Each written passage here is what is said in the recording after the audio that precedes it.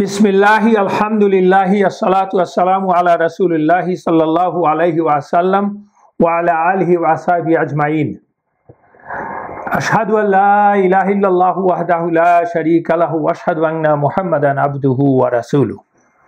अस्सलामु अलैकुम व रहमतुल्लाहि व बरकातुहु। रब्बि इश्रह ली सदरी व यस्सिर ली अमरी वाहलुल उक़दतम मिन लिसानी यफ़क़हू क़ौली। আপনাদেরকে আজকে 39th ক্লাসে সিরা ক্লাসে আমন্ত্রণ জানাচ্ছি, ইনশাআল্লাহ হালাকায় আমন্ত্রণ জানাচ্ছি। তো আমরা গত দুটো ক্লাস ধরে আসলে রাসূলুল্লাহ সাল্লাল্লাহু আলাইহি সাল্লামের হিজরার প্রস্তুতি, হিজরার বিষয়গুলো, আকাবার প্লেজেস থেকে শুরু করে আলোচনা করছিলাম। তো এখন লাস্ট কাপল অফ ক্লাসে আমরা যে আলোচনাটা করেছি সেটা হচ্ছে বেসিক্যালি মদিনায় যে নতুন সমাজ ব্যবস্থা শুরু হওয়ার প্রাককালে সাহাবারা যখন ওখানে যাওয়া শুরু করলেন, যে ঘাঁটি গাড়া শুরু করলেন, রাসূলুল্লাহ সাল্লাল্লাহু আলাইহি ওয়াসাল্লাম তখন পর্যন্ত যাননি, এখন পর্যন্ত রাসূলুল্লাহ সাল্লাল্লাহু আলাইহি ওয়াসাল্লাম মদিনায় পৌঁছাননি। তার আগে সাহাবারা যে গেলেন তার কিছু স্টোরি আমরা আলোচনা করেছি।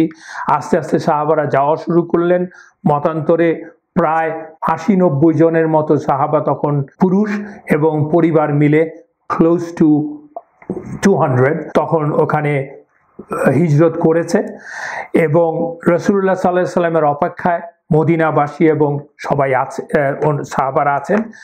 এবং আমরা আলোচনা করেছি আল্লাহ সুবহানাহু ওয়া তাআলা কখন হিজরতের নির্দেশ দিলেন এবং কেন দিলেন, এবং কেন আল্লাহ সুবহানাহু ওয়া তাআলা মদিনাকে হিজরতের স্থান হিসেবে নির্ধারণ করলেন। এর আগে রাসূলুল্লাহ সাল্লাল্লাহু আলাইহি ওয়াসাল্লাম কিভাবে ২-৪ বার স্বপ্ন দেখেছেন যে তাকে কোথায় হিজরত করতে যেতে হবে, তার বর্ণনাগুলিও আমরা দিয়েছি। এবং মদিনার বিশেষ গুণাবলী নিয়ে, মদিনাতে কেন আল্লাহ বলেছেন, মদিনার কি স্পেশালিটি কি, সেগুলো নিয়ে আমরা আলোচনা করেছি ইন ডিটেল।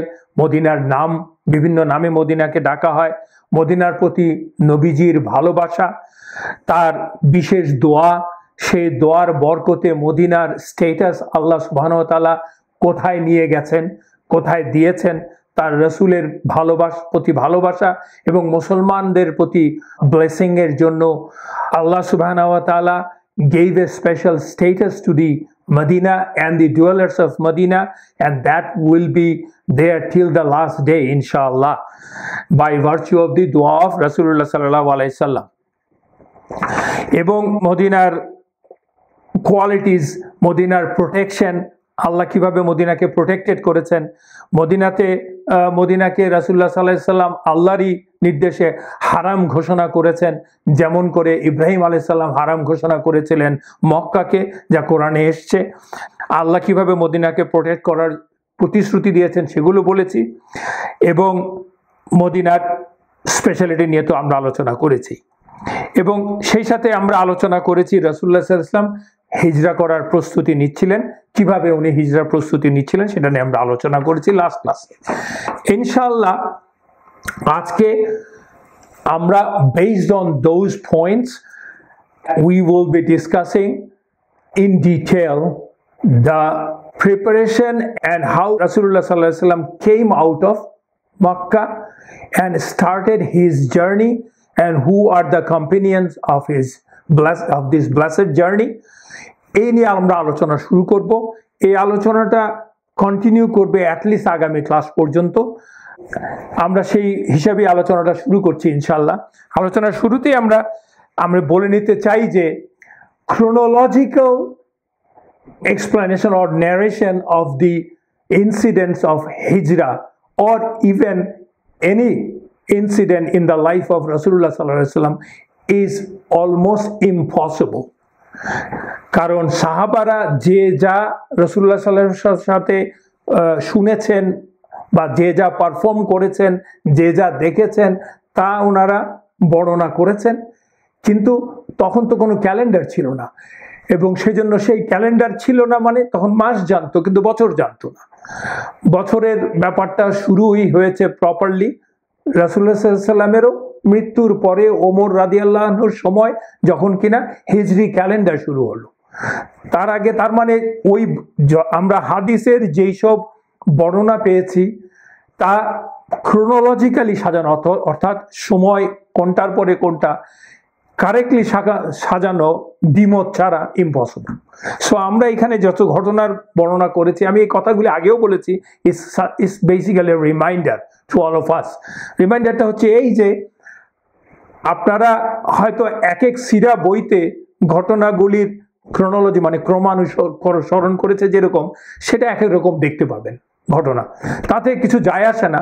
কারণ হচ্ছে সকল বর্ণনাই আমরা চেষ্টা করেছি সাহি বর্ণনাগুলি একমাত্র নেয়ার, সাহি বর্ণনা ছাড়া আমরা নেইনি এখানটায়। রাসূলুল্লাহ সাল্লাল্লাহু আলাইহি সাল্লাম একদিকে হিজরতের প্রস্তুতি নিচ্ছেন আল্লাহর নির্দেশে, আর অন্যদিকে কুরাইশরা তাকে হত্যা করার প্রস্তুতি নিচ্ছে।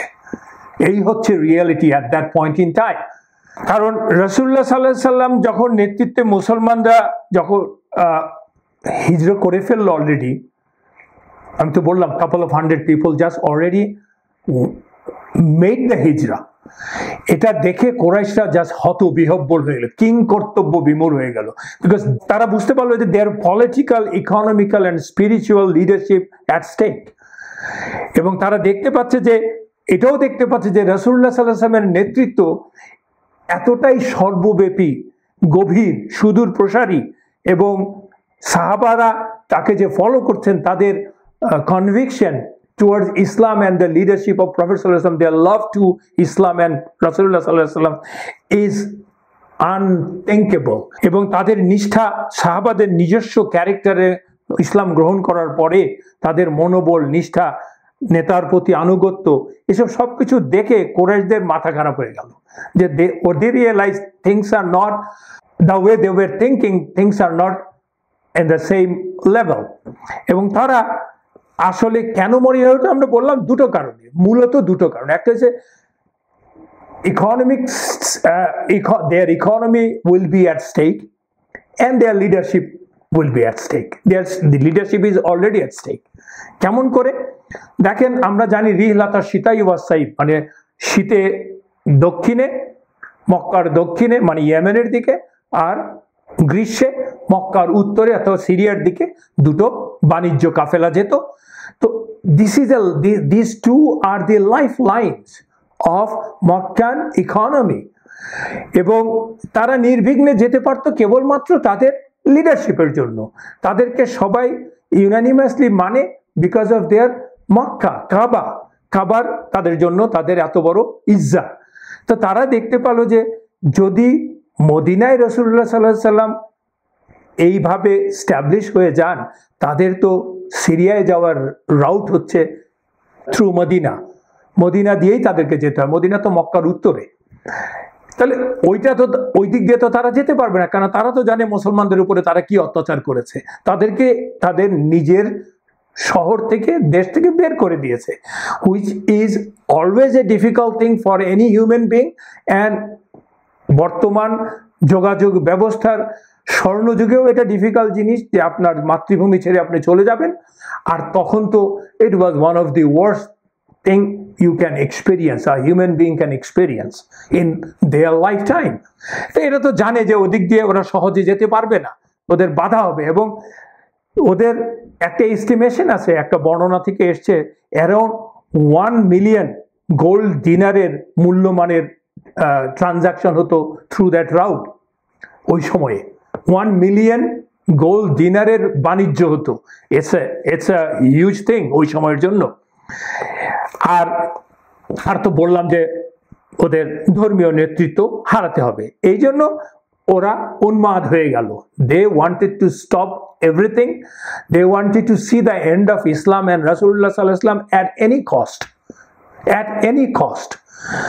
আর ওদের তো নিজস্ব ধর্মবোধ তো আছেই, বিকৃত ধর্মবোধ তো আছে, ওরা ধরেই নিয়েছে যে they are on the right religion of their ফোরফাদার্স।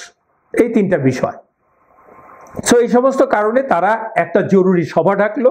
কোথায় ডাকলো?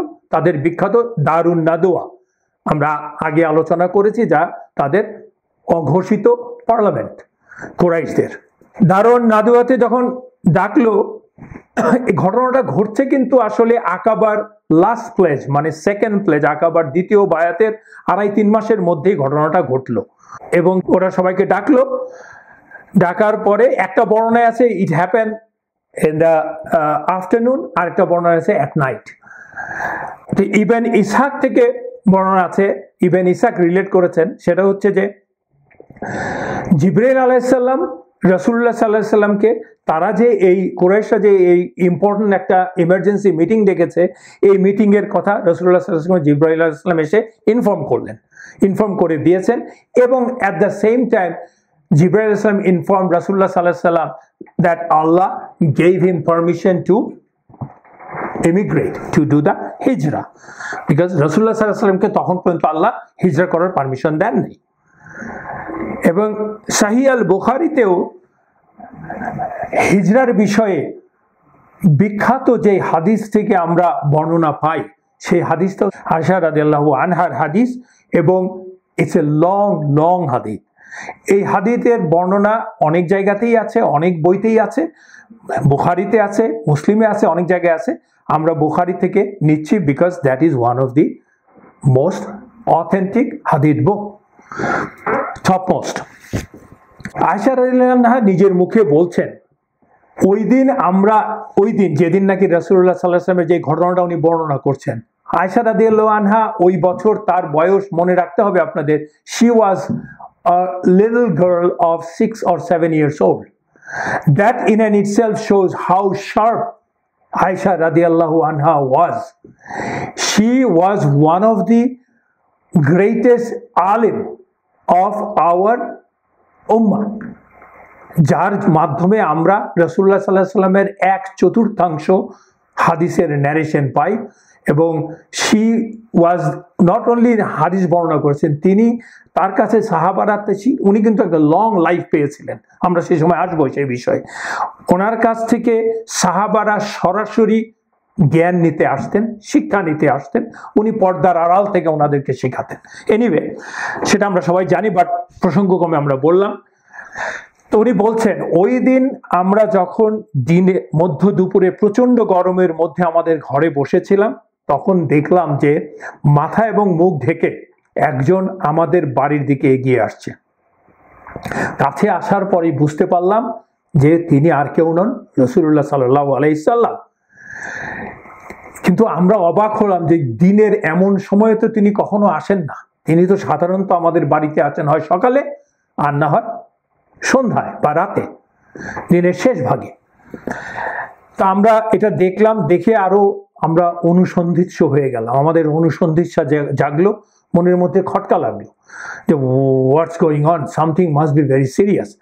এবং আবু বকর রাদিয়াল্লাহু আনহু দেখলেন, দেখেই উনি বলে উঠলেন, মক্কার ওই সময় আরবের বলার রেওয়াজ ভাষা, সেটা বলছেন যে আমার বাবা মা আপনার জন্য কোরবানি হোক, ওয়াল্লাহি আমার বাবা এবং মা আপনার জন্য কোরবানি হোক, আল্লাহর কসম নিশ্চয়ই কোনো গুরুত্বপূর্ণ জরুরি কাজে বিষয়ে ঘটেছে, না হলে আপনি এই সময় আমাদের ঘরে, এরকম একটা উনি প্রশ্ন করলেন রাসূলুল্লাহ সাল্লাল্লাহু আলাইহি ওয়াসাল্লাম। রাসূলুল্লাহ সাল্লাল্লাহু আলাইহি ওয়াসাল্লাম বললেন ইয়েস, ঢুকেই বললেন আপনার লোকদেরকে, ঘরের লোকদেরকে সরিয়ে দিন, মানে it was so important, which he never did. আবু বকর রাদিয়াল্লাহু আনহু বললেন, ইয়া রাসূলুল্লাহ, they are none but your own family. এই ফাঁকে বলে নেই, তখন রাসূলুল্লাহ সাল্লাল্লাহু আলাইহি ওয়াসাল্লামের সাথে আয়েশা রাদিয়াল্লাহু আনহার বিবাহ হয়েছে, but they haven't consummate the marriage yet. Anyway, উনি বললেন দে আর ইয়োর ফ্যামিলি, তার মানে এছাড়া আর কোনো লোক নাই, বাইরের কোনো লোক নাই। নবীজি তখন আবু বকর রাদিয়াল্লাহু আনহুকে বললেন, আল্লাহ সুবহানাহু ওয়া তাআলা আমাকে মক্কা ছাড়ার অনুমতি দিয়েছেন। আবু বকর রাদিয়াল্লাহু আনহু তখন উত্তেজিত হয়ে গেলেন। তখন তো উনি বললেন, ইয়া রাসূলুল্লাহ, আমাকে কি আপনার সাথে যাওয়ার অনুমতি দিয়েছেন? I beg you by my father and mother. That's the way they talk. রাসূলুল্লাহ সাল্লাল্লাহু আলাইহি ওয়াসাল্লাম বললেন ইয়েস। তখন আবু বকর রাদিয়াল্লাহু আনহু খুশিতে চোখ দিয়ে তার পানি বেরিয়ে গেল। আয়েশা রাদিয়াল্লাহু কাঁদতে লাগলেন। আয়েশা রাদিয়াল্লাহু আনহা বলছেন যে আমি দেখলাম আমার বাবা খুশিতে কাঁদতে লাগলেন, আমি কখনো এর আগে ভাবতে পারিনি যে একজন মানুষ খুশিতে এইভাবে কাঁদতে পারে, মানে she is a young girl. বর্ণনাটা এসেছে ইবন হিশামের কাছ থেকেও। তখন আবু বকর রাদিয়াল্লাহু আনহু রাসূলুল্লাহ সাল্লাল্লাহু আলাইহি ওয়াসাল্লামকে বললেন, ইয়া রাসূলুল্লাহ সাল্লাল্লাহু আলাইহি সাল্লাম, আমি ওই যে আগের ক্লাসে আমরা বলেছিলাম তারা দুটো উট তৈরি করেছিলেন, আবু বকর রাদিয়াল্লাহু আনহু তাকে মোটা তাজা করেছিলেন। তো বললেন তখন, ইয়া রাসূলুল্লাহ, আমি এই দুটো উট এই জন্যই তৈরি করে রেখেছি, আপনি একটা নেন। রাসূলুল্লাহ সাল্লাল্লাহু আলাইহি ওয়াসাল্লাম তখন বললেন, হ্যাঁ আমি নিতে পারি যদি আপনি এর দাম নেন। তখন দাম দিতে চাইলেন এবং দিলেন, দিতে চাইলেন না, শুধু দিলেন। দেখেন, রাসূলুল্লাহ সাল্লাল্লাহু আলাইহি ওয়াসাল্লাম could have taken that camel without paying anything because they are the best friends. Abu Bakr radiallahu anhu and Rasulullah sallam, they are the best friend apart from the relation. And also এটা prepare করেছেন এই জার্নির জন্য, যে জার্নিতে ওনারা দুজন নিজে একসাথে যাবেন। But he didn't take advantage of the situation, of the circumstances. And this is the mannerism of Prophet Muhammad sallallahu alaihi wasallam. And he doesn't take advantage of any situation. He does what one is supposed to do. এবং also hijrah, this hijrah is so important. We will know down the road. Allah said about this hijrah and the people made the hijrah in the Quran in detail. And a reward, jar reward tartar jano. Rasulullah sallallahu alaihi wasallam being a prophet, উনি এই হিজরার reward থেকে নিজেকে কোন রকমের বিন্দু পরিমাণ ছাড় দিলেন না, বঞ্চিত করতে চাইলেন না। ইবন কাথির থেকে আরেকটা বর্ণনা আছে যে তখন কিন্তু আবু বকর রাদিয়াল্লাহু আনহুর নেতৃত্বেই দে হায়ার্ড ওয়ান গাইড, যে এই জার্নিটা করার জন্য তারা একজন গাইডকে হায়ার করেছিলেন যার নাম হচ্ছে আব্দুল্লাহ ইবেন উরাইকাত, যে হচ্ছে বানু দাইল ইবেন বাকারের বংশ গোত্রের লোক। সে কিন্তু একজন মুশরিক ছিল, মুশরিক হওয়ার পরেও, এবং তার মা ছিল বনু সাহাম আবু আমর গোত্রের। মুশরিক হওয়ার পরেও তাকে হায়ার করা হয়েছে এই জার্নিতে রাসূলুল্লাহ সাল্লাল্লাহু আলাইহি ওয়াসাল্লাম এবং আবু বকর রাদিয়াল্লাহু আনহুকে গাইড করার জন্য। এবং because he is a tracker and a renowned guide in this desert, in this desertous land. And Abu Bakr তাদের এই যে দুটো উটকে তৈরি করেছিলেন সেই দুটো উটকে উরাইকিতের কাছে, আব্দুল্লাহ ইবনে উরাইকিতের কাছে হস্তান্তর করলো, দিয়ে দিয়ে বললো যে নির্ধারিত সময়ে নির্ধারিত স্থানে তুমি এই উট দুটোকে নিয়ে আসবা, so that people don't understand, don't realize that they are moving out of Mecca. মানে প্রস্তুতি নেওয়াটা খুব ডিটেইল প্রস্তুতি নিচ্ছেন রাসূলুল্লাহ সাল্লাল্লাহু আলাইহি ওয়াসাল্লাম। মানে as a human being he didn't leave any stone unturned, he took all the measures, safety security measures. এখানে একটা কথা উল্লেখ করতে হচ্ছে, আবু বকর রাদিয়াল্লাহু আনহু, he gave everything, his family gave everything for রাসূলুল্লাহ সাল্লাল্লাহু আলাইহি ওয়াসাল্লাম and Islam. That is the reason he is placed in such a high status by Rasulullah sallallahu alaihi wasallam, and Allah also placed him in such a high status because Allah indirectly referred Abu Bakr radiallahu anhu in Quran, in Surah At-Tawbah. We will come to that point inshallah. He was a merchant, he was a big merchant. At that point in time when he was leaving Makkah, he had 5,000 dirham. He took all the money along with him for Rasulullah sallallahu alaihi wasallam for this journey and to spend it in Medina. নতুন জায়গায় যাবে, তাকে তো spend করতে হবে, সে তাই নিয়েছেন, পুরোটাই সে নিয়েছেন। এবং ওনারা যখন রওনা হয়ে বেরিয়ে গিয়েছেন তার কিছুক্ষণ পরে ওনার বাবা আবু কুহাফা, যে কিনা তখন he was blind man, he was a very old man and he was blind, সে তার ছেলের ঘরে আসলো। এসে যখন দেখলো যে আবু বকর নেই, তখন সে তার মেয়েদেরকে জিজ্ঞেস করলো, মক করছে আর কি, ছেলের প্রতি ভালোবাসা আছে, সেই সাথে সে তো মুশরিক, সে তো ইসলাম গ্রহণ করেনি, তার মহান পুত্র থাকার পরেও ইসলাম গ্রহণ করেনি। সে তার মেয়েদেরকে বলছে, তোমার বাবা নেই, তোমাদের জন্য কি রেখে গেল, তোমাদের কি না খেয়ে মরে যাওয়ার জন্য তোমার বাবা চলে গেল, এ হচ্ছে তোমাদের বাবা, এই টাইপের কথা বলছে। বাট আসমা রাদিয়াল্লাহু আনহা, she was so quick সে করলো কি, she picked up some pebbles, কিছু নুড়ি কুড়িয়ে নিয়ে একটা চামড়ার ব্যাগের মধ্যে সেগুলোকে ঢুকিয়ে ঝাঁকি দিয়ে কিছু শব্দ করলো আর কি, করে, কেন ওর দাদা তো দেখতে পায় না, শুনতে তো পায়, বললো যে look grandpa, my father left some money for us। তখন বাবাকে রক্ষা করলো। At the same time it shows how sincere she is towards Islam and Prophet sallallahu alaihi wasallam and his father, and also she didn't want to hurt her own grandpa, যে তাদের কাছে কিছু নেই। আবু বকর রাদিয়াল্লাহু আনহু সম্বন্ধে আরেকটু বলে নেই তার অর্থ সম্বন্ধে। তিনি যখন ইসলাম গ্রহণ করেন বলা হয় তার কাছে 40,000 দিরহাম ছিল, এবং তার প্রায় সবকিছু তার কাছে, at the end of the day he was left with 5,000 দিরহাম। তার সবটুকুই উনি খরচ করেছিলেন ইসলামের জন্য, বিশেষত যারা স্লেভ ছিল তাদেরকে মুক্ত করার জন্য, যেমন খাব্বাব রাদিয়াল্লাহু আনহু, বিলাল রাদিয়াল্লাহু আনহুকে উনি মুক্ত করেছিলেন, উনি অনেক দাসকে মুক্ত করেছিলেন, and it requires money।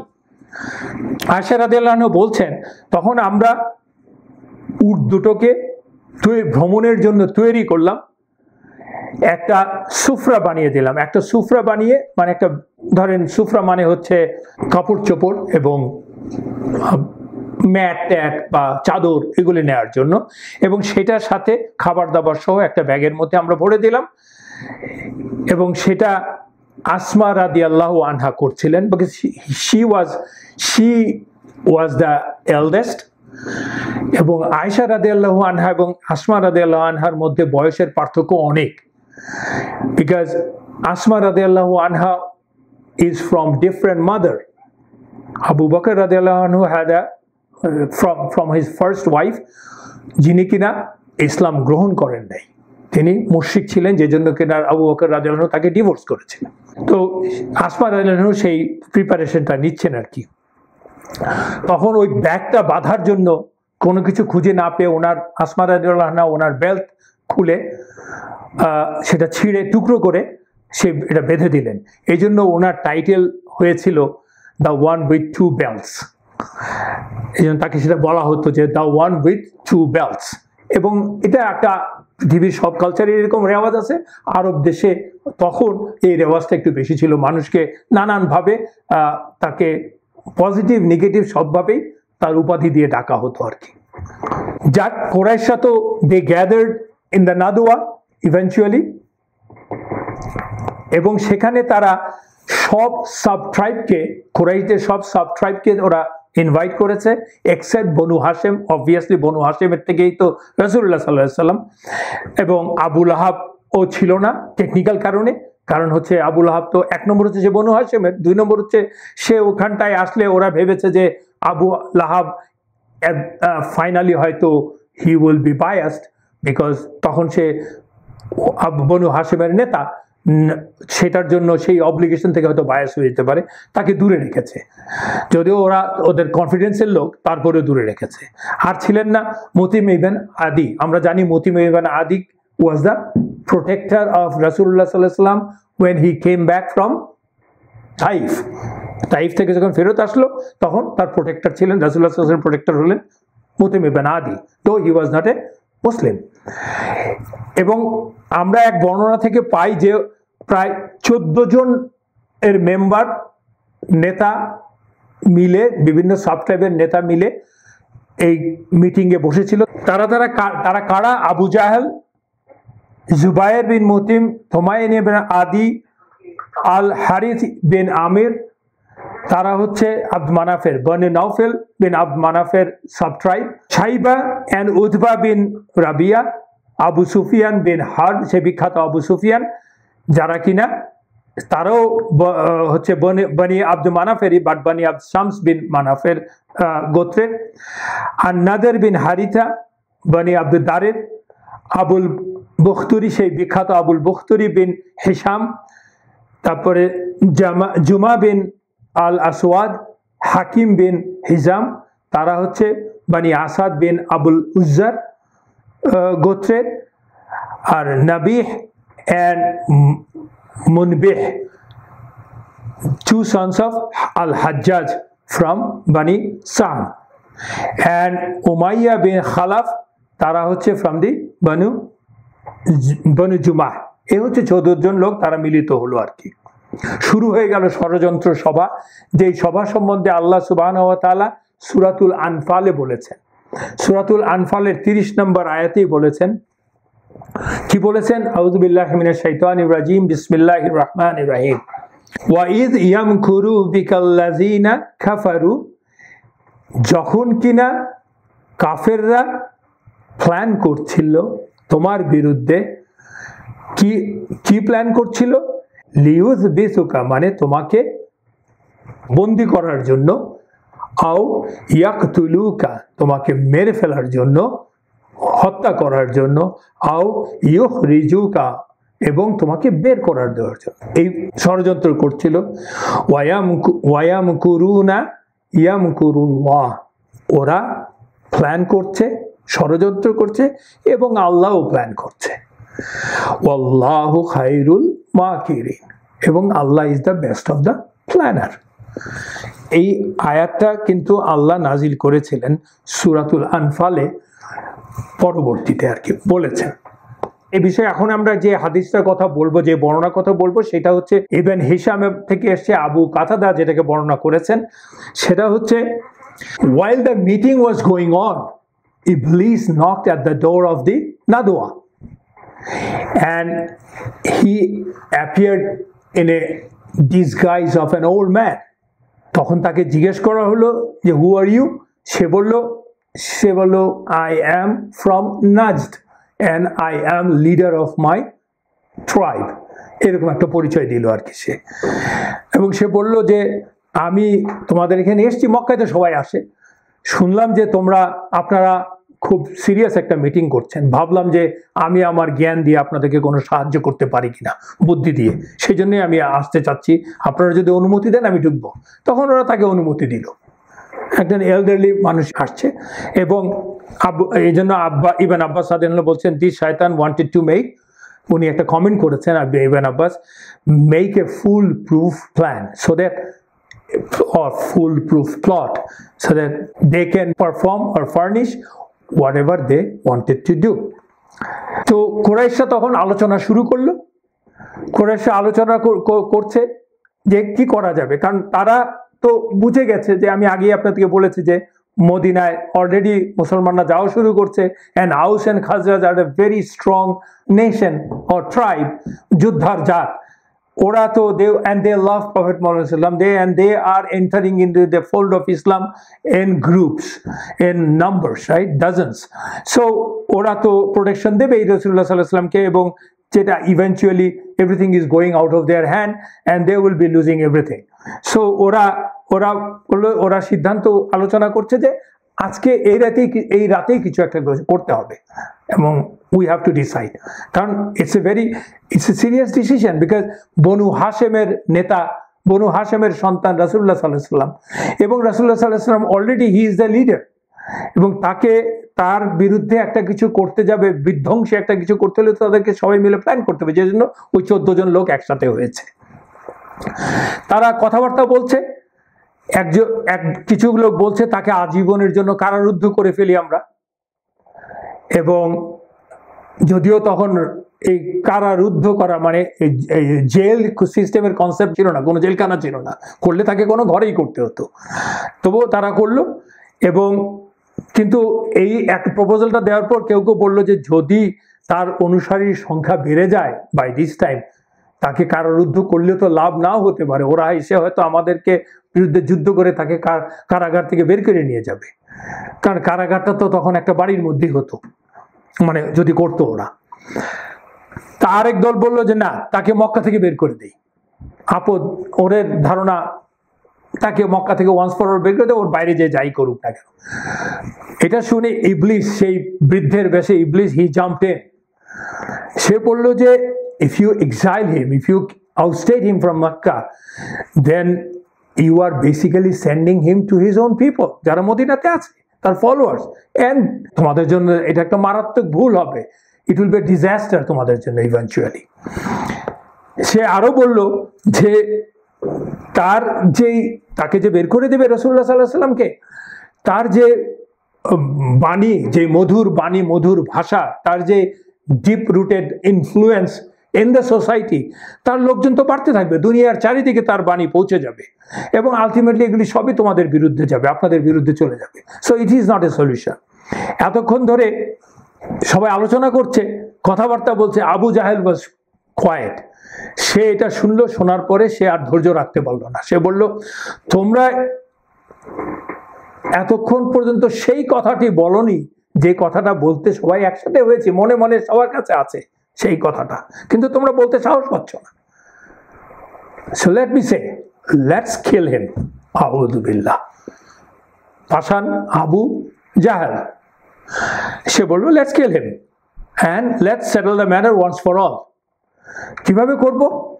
সে সেই প্ল্যানও করে নিয়ে এসছে। সে বলল, আমরা প্রত্যেক গোত্র থেকে একজন করে ইয়াং ম্যান, শক্তিশালীদেরকে নেব, নেতৃস্থানীয় হোক আর যেভাবে হোক ইয়াং ম্যানকে নেব, নিয়ে একসাথে ওরা তাকে আক্রমণ করবে, ঝাঁপিয়ে পড়বে তার উপরে। সে যখন, সে তো সবাই তো জানে ফজরের নামাজের সময় রাসূলুল্লাহ সাল্লাল্লাহু আলাইহি ওয়াসাল্লাম বেরিয়ে মক্কায় কাবা ঘরে এসে নামাজ পড়তে যান, তো তার উপর আক্রমণ করব এবং তাকে আমরা মেরে ফেলবো। তখন তাতে করে হবে কি, সেই তাদের, দেখেন ট্রাইবাল মেন্টালিটি হচ্ছে আসল আসল ব্যাপারটা হচ্ছে তাদের ট্রাইবাল গোত্রের ব্যাপারটা। তো একসাথে ধরে তারপর ঝাঁপিয়ে পড়ে মেরে ফেলবো। তখন বনু হাশেম এসে কাউকে ইন্ডিভিজুয়ালি দায়ী করতে পারবে না এবং কারোর বিরুদ্ধে যুদ্ধও করতে পারবে না। একটা ইন্ডিভিজুয়ালি একটা গোত্রের বিরুদ্ধে যুদ্ধ করা তো ওদের জন্য সোজা, পুরা কুরাইশ ক্ল্যান, পুরা মক্কাবাসীর বিরুদ্ধে ওরা যুদ্ধ করতে যাবে না। সো এটা বন্ধ হয়ে গেল, করতে পারবে না। তখন যেটা কিনা আরব দেশের রেওয়াজ, রুল আর অলিখিত রুল, সেটা হচ্ছে ব্লাড মানি। ব্লাড মানি নিয়ে স্যাটিসফাই থাকতে হবে। ব্লাড মানি মানে দিয়া নিয়ে স্যাটিসফাই, যেটা কিনা দেওয়ার জন্য করে এসে প্রস্তুত অলরেডি, আমরা আগের ক্লাসগুলিতে আলোচনা করেছি। তো এই ব্লাড মানিটা নিয়ে তারা স্যাটিসফাইড থাকবে। So let's do it. এবং আলটিমেটলি মিটমাট হয়ে যাবে, কেউ আর এটা নিয়ে কথা বলবে না। চিন্তা করেন, মানে ওর প্ল্যান ইজ, ওর ফ্রম হিজ পার্সপেক্টিভ ওর প্ল্যান কিন্তু মানে যেটাকে বলে ফুল প্রুফ প্ল্যান, কিন্তু ও তো জানে না ও প্ল্যান করছে, ও প্লট করছে। আল্লাহ is the best of the planner. আল্লাহ সেই সূরাতুল আনফালের 30 নম্বর আয়াতে আমরা পড়লাম, ওই একই ঘটনার কথাই কিন্তু বলেছে। তো এই সিদ্ধান্ত কার্যকর করার জন্য প্রত্যেক গোত্র থেকে সে কি করলো, 11 জনকে ঘাতককে নিল, যাকে আমরা বলতে পারি একটা হিট স্কোয়াড বানালো আর কি। এবং সেই কথাই আল্লাহ সুবহানাহু ওয়া তাআলা জিব্রাইল আলাইহিস সালামের মাধ্যমে রাসূলুল্লাহ সাল্লাল্লাহু আলাইহি ওয়াসাল্লামকে জানিয়ে দিয়েছে। এবং যেই 11 জনকে নিয়ে ও হিট স্কোয়াড বানালো, সেই 11 জন জাদ আল মাদে আছে ইবনে কাইয়ুমের গ্রন্থ, সেই 11 জন হচ্ছে, তাদের নেতা ছিল আবু জাহেল অফকোর্স, তারপর হচ্ছে হাকাম ইবনে আবুল আস, উকবা বিন আবু মুয়াইদ, অল ক্রিমিনালস, যারা কিনা তাদের সবগুলি বদরের ফার্স্ট বদরের যুদ্ধেই নিহত, যাদের বিরুদ্ধে রাসূলুল্লাহ সাল্লাল্লাহু আলাইহি ওয়াসাল্লাম মনে আছে কিনা সেই 6 জন এবং 7 জনের বিরুদ্ধে, 6-7 জনের বিরুদ্ধে রাসূলুল্লাহ সাল্লাল্লাহু আলাইহি ওয়াসাল্লাম যখন কিনা তাকে মেরে ফেলার, কাবার সামনে উটের নাড়ি ভুড়ি ফেলে দিল, মেরে ফেলার জন্য চোখ করলো, তখন রাসূলুল্লাহ সাল্লাল্লাহু আলাইহি ওয়াসাল্লাম আল্লাহর কাছে হাত তুলে বদ্ধ করেছিলেন যাদের, তারাই কিন্তু এই দলের মধ্যে আছে। These criminals are always there. All of them died in the first encounter against Muslim within an year or 2। তারা হচ্ছেন, আমি বললাম, উকবা বিন মুয়াইদ, আর Nader bin al Haritha, Umayya bin Khalaf, Jama bin আল আসওয়াদ, জুআইমাহ বিন আদি, আবুল আহাব এবং উবাই বিন খালাফ, নবী বিন আল Hajjaj and মুনবিহ বিন আল হাজ্জাজ। এই 11 জনের একটা টিম গঠন করলো, হিট স্কোয়াড গঠন করলো, যারা কিনা রাসূলুল্লাহ সাল্লাল্লাহু আলাইহি ওয়াসাল্লামকে শেষ করে দেওয়ার জন্য রেডি হলো। এবং তারা রাসূলুল্লাহ সাল্লাল্লাহু আলাইহি ওয়াসাল্লামের বাড়ি ঘিরেও করে রাখলো, রাতের বেলা পাহারা বসালো, এবং তারা অপেক্ষা করতে লাগলো ভোরবেলা যখন বেরিয়ে আসবে। কিন্তু তখন তো ঘরগুলিতে জানলা ছিল না, তারা দূরের থেকে দেখতে পাচ্ছিল কে যেন বিছানায় শুয়ে আছে। শুয়ে থেকে ওই বিছানায় শুয়ে থাকা মানে রাসূলুল্লাহ সাল্লাল্লাহু আলাইহি ওয়াসাল্লাম বিছানায় শুয়ে আছে, ওটা দেখে ওরা আরো আশ্বস্ত হয়েছিল, কারণ তার মানে রাসূলুল্লাহ সাল্লাল্লাহু আলাইহি ওয়াসাল্লাম শুয়ে আছে। কিন্তু এদিকে তো রাসূলুল্লাহ সাল্লাল্লাহু আলাইহি ওয়াসাল্লাম আসলে আলী রাদিয়াল্লাহু আনহুকে শুয়ে রেখে রাতের গভীরে চলে গেছেন আবু বকর রাদিয়াল্লাহু আনহুর বাড়িতে, আর ওই পাহারা দিচ্ছে। এবং আবু জাহেল তখন রাসূলুল্লাহ সাল্লাল্লাহু আলাইহি ওয়াসাল্লামকে নানান বিদ্রুপাত্মক কথা বলছে, মকারি করছে, কেন সে তো জানে যে things are well taken care of, এবং সবই শেষ চুকে বুকে যাবে আজকেই। কিন্তু সে তো আর আল্লাহর প্ল্যান জানে না। এই ফাঁকে তো রাসূলুল্লাহ সাল্লাল্লাহু আলাইহি ওয়াসাল্লাম গভীর রাতে আলী রাদিয়াল্লাহু আনহুকে রেখে চলে যাচ্ছেন আবু বকর রাদিয়াল্লাহু আনহুর বাড়িতে। যখন কিনা আলী রাদিয়াল্লাহু আনহুকে রাসূলুল্লাহ সাল্লাল্লাহু আলাইহি ওয়াসাল্লাম বললেন যে তুমি আমার বিছানায় শুয়ে থাকো, এবং বলে রাসূলুল্লাহ সাল্লাল্লাহু আলাইহি ওয়াসাল্লাম এটাও বললেন তুমি নিশ্চিত জেনে থেকো যে আল্লাহ সুবহানাহু ওয়া তাআলা তোমাকে রক্ষা করবেন। আলী রাদিয়াল্লাহু আনহু তো জানি রাসূলুল্লাহ সাল্লাল্লাহু আলাইহি ওয়াসাল্লাম যখন বলছেন নিশ্চিত জেনে রাখো আল্লাহ তোমাকে রক্ষা করবেন, দেন it will be Allah has taken care of it already। এবং আরো বলে গেলেন যে রাসূলুল্লাহ সাল্লাল্লাহু আলাইহি ওয়াসাল্লামের কাছে যে সমস্ত মালামাল মক্কার মানে প্রেশাস ম্যাটেরিয়াল রাসূলুল্লাহ সাল্লাল্লাহু আলাইহি ওয়াসাল্লামের কাছে গচ্ছিত রেখেছে সেগুলো যাতে তাদের কাছে ফেরত দিয়ে দিতে হবে সেজন্য উনি রেখে গেছেন।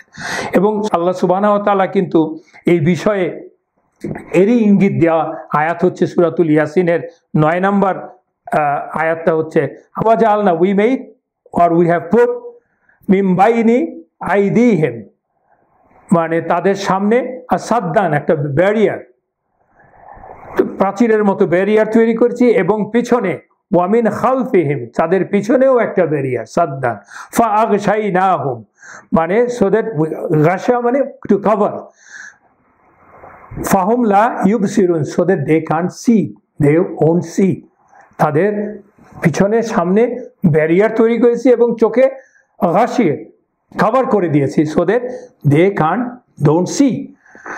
এবং রাসূলুল্লাহ সাল্লাল্লাহু আলাইহি ওয়াসাল্লাম যখন বাড়ি থেকে বেরিয়ে যান তখন এক মুঠো ধুলো নিয়ে ওদের সামনেই ছুরি মেরে দিয়ে চলে গেলেন, যে জন্য ওই যে আল্লাহ সুবহানাহু ওয়া তাআলা এই কথাটা বলেছেন আর কি।